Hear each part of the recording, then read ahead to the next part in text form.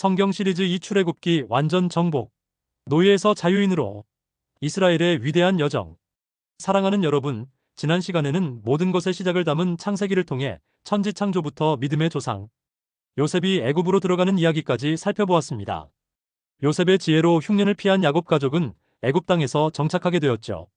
오늘부터는 그들의 후손들이 430년 동안 이집트 땅에서 겪게 된 혹독한 노예 생활, 그리고 하나님께서 그들을 어떻게 놀라운 기적으로 구원하시고 약속의 땅으로 인도하셨는지 그 장엄한 출애굽기의 대서사를 함께 여행할 것입니다.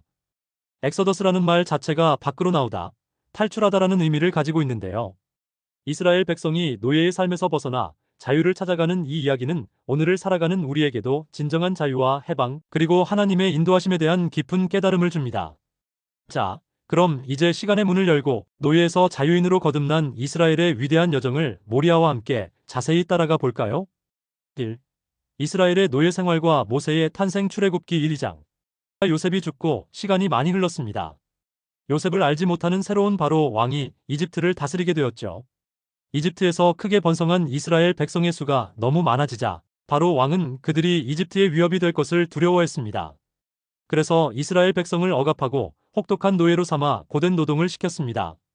모든 남자아이를 죽이라는 잔인한 명령까지 내리는데요. 이 끔찍한 상황 속에서 레위 지파의 한 여인이 아들을 낳고 석 달 동안 몰래 키우다 더 이상 숨길 수 없게 되자 갈대 상자에 담아 나일강에 띄웁니다.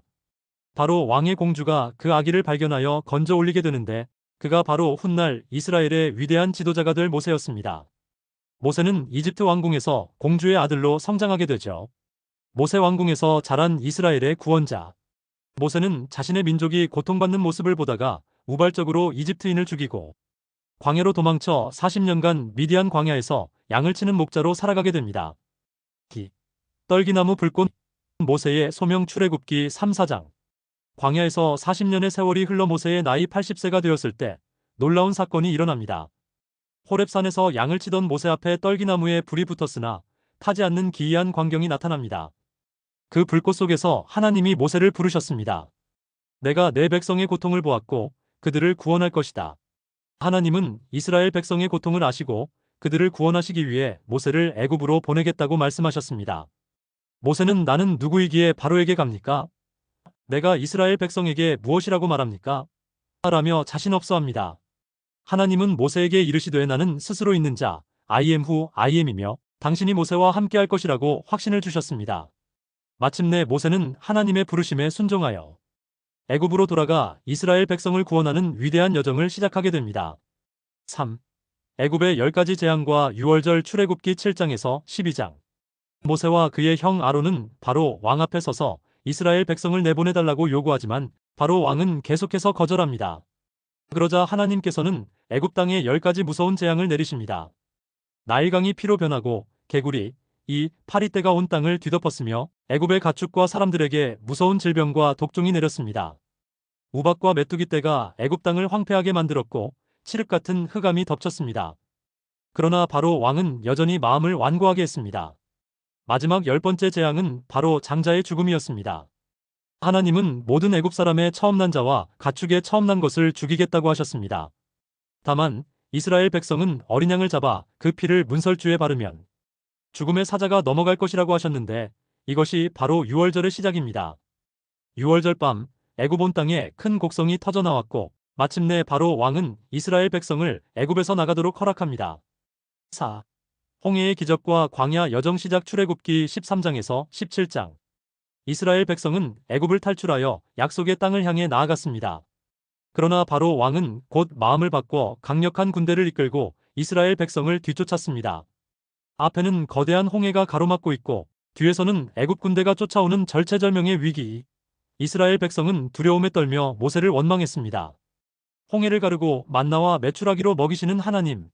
하지만 모세가 하나님의 명령대로 지팡이를 바다 위로 내밀자 밤새도록 큰 동풍이 불어 바닷물이 갈라지고 마른 땅이 나타났습니다. 이스라엘 백성은 그 마른 땅을 걸어서 홍해를 건넜고 뒤따라오던 애굽 군대는 다시 합쳐진 바닷물에 수장되고 말았습니다. 하나님께서 당신의 백성을 완벽하게 구원하신 기적이었습니다. 이후 이스라엘 백성은 광야에서 하나님의 인도하심을 따라 험난한 여정을 시작합니다. 목마르고 배고파 불평하는 백성들에게 하나님은 반석에서 물을 내시고 하늘에서 만나와 메추라기를 내려 먹이시며 그들을 책임지시는 목자임을 보여주셨습니다. 5. 시내산 언약과 십계명 출애굽기 19장 20장. 애굽을 떠난 지 석 달 만에 이스라엘 백성은 시내 광야에 도착합니다. 이곳 시내산에서 하나님께서는 모세를 통해 당신의 백성과 언약 계약을 맺으셨습니다. 천둥과 번개가 치고 나팔 소리가 울려 퍼지는 웅장하고 엄숙한 분위기 속에서 하나님은 모세에게 십계명을 포함한 율법을 주셨습니다. 십계명 하나님과의 관계, 이웃과의 관계. 십계명은 하나님과의 관계나 외에 다른 신을 섬기지 말라, 우상을 만들지 말라 등과 이웃과의 관계 살인하지 말라, 간음하지 말라, 도둑질하지 말라 등에 대한 핵심적인 계명으로 하나님 백성으로서 지켜야 할 기본적인 도리이자 삶의 기준이 되었습니다. 이 율법은 단순히 백성을 얽매는 것이 아니라 죄로부터 보호하고 자유롭게 살아가도록 돕는 하나님의 사랑과 지혜가 담긴 말씀이었습니다. 6. 아이달러트리 금송아지 사건과 회복 출애굽기 32장에서 34장. 하지만 모세가 시내산에서 율법을 받고 있는 동안 산 아래에 있던 이스라엘 백성은 기다림에 지쳐 금송아지 우상을 만들어 섬기는 엄청난 죄를 저지르고 말았습니다. 하나님은 진노하셨고 모세는 분노하여 하나님이 주신 십계명 돌판을 던져 깨뜨렸습니다. 죄와 용서 모세의 중보와 하나님의 신실하심. 이스라엘 백성은 자신들의 죄로 인해 하나님의 심판을 받을 위기에 처했지만 모세는 목숨을 걸고 하나님께 중보 기도를 드렸습니다. 그의 간절한 기도를 들으신 하나님께서는 백성을 용서하시고 다시 모세에게 돌판 2개를 깎아 올라오게 하셨습니다. 하나님은 당신의 백성과의 언약을 다시 세우시고 나는 자비롭고 은혜롭고 노하기를 더디하고 인자와 진실이 많은 하나님이다라고 스스로를 계시하시며 회복의 약속을 주셨습니다. 죄인된 우리를 향한 하나님의 끝없는 사랑과 용서하심을 엿볼 수 있는 장면입니다. 7. 성막 건축과 하나님의 임재 출애굽기 25장에서 31장, 35장에서 40장. 하나님은 이스라엘 백성에게 성막을 지으라고 명령하셨습니다.